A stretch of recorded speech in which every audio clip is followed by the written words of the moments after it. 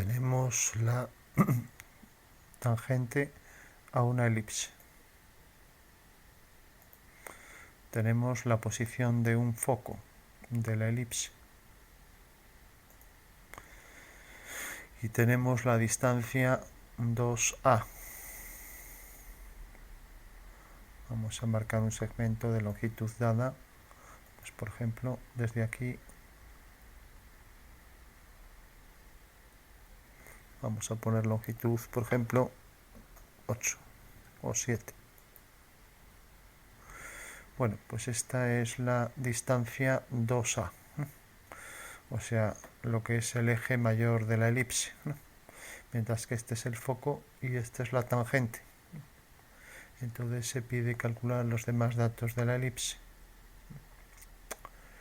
Nos dan también el punto de tangencia de esa tangente. Vamos a ponerlo, por ejemplo, aquí.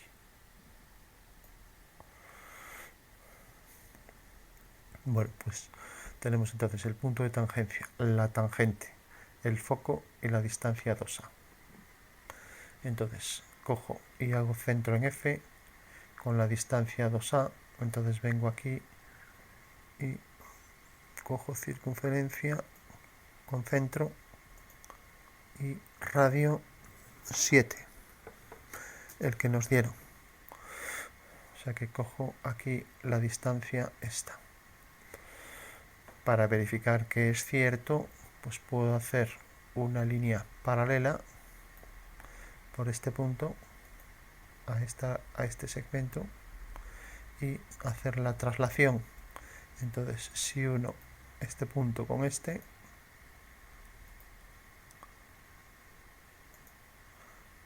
pues veré que aquí si hago una paralela detecto este punto. Entonces hago una paralela desde este punto a esta recta. Y vemos que aquí tengo este paralelogramo.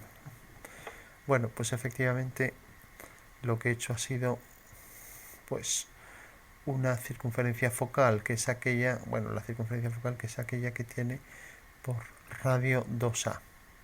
Bueno, por último alineo este punto con este y tengo aquí un punto de intersección, ¿no?, que voy a marcar. Marco entonces la posición de ese punto y ahora trazo aquí el simétrico de este punto respecto a esta recta. Voy a eliminar ya esta línea para que no se llene esto de líneas. Entonces decía que iba a hacer el simétrico de este punto respecto a esta recta. Entonces vengo a simetría, cojo el punto y cojo el eje de simetría. Bueno, pues ya tengo aquí la posición del otro foco, ¿no?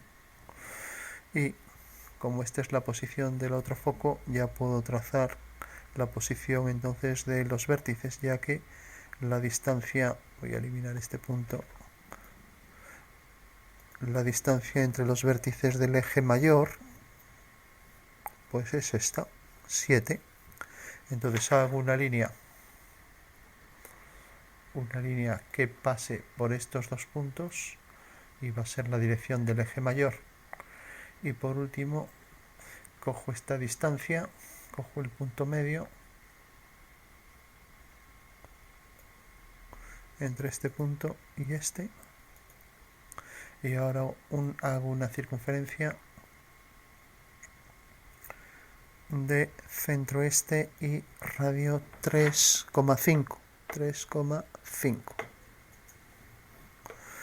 Bueno, pues efectivamente estos extremos son los de la elipse, ¿no? Vamos a darle a ocultar a esta línea para que no se... A ver. Voy a quitar esa circunferencia y decía que iba a ocultar esta línea, botón derecho, no mostrar el objeto. Entonces decía que efectivamente cogí una circunferencia de 3,5, que era la mitad, era la medida de A, o sea, la mitad del segmento dado, 2A. Entonces al hacer esa circunferencia ya sé que este extremo y este son los de la elipse, ¿no? Con lo cual los puedo marcar y ya tengo entonces exactamente la posición de los vértices del eje mayor. Y ahora verificamos que efectivamente esta es la tangente, este es el foco de la elipse y que este es el eje mayor, cosa que ya habíamos verificado, ¿no?, para hacer la traslación de este segmento y ver que efectivamente era el radio de la circunferencia focal. Entonces cojo la elipse. Aquí me dice que la elipse debo elegir primero los focos y luego un punto de la elipse. Entonces tengo un foco, el otro foco y un punto de la elipse.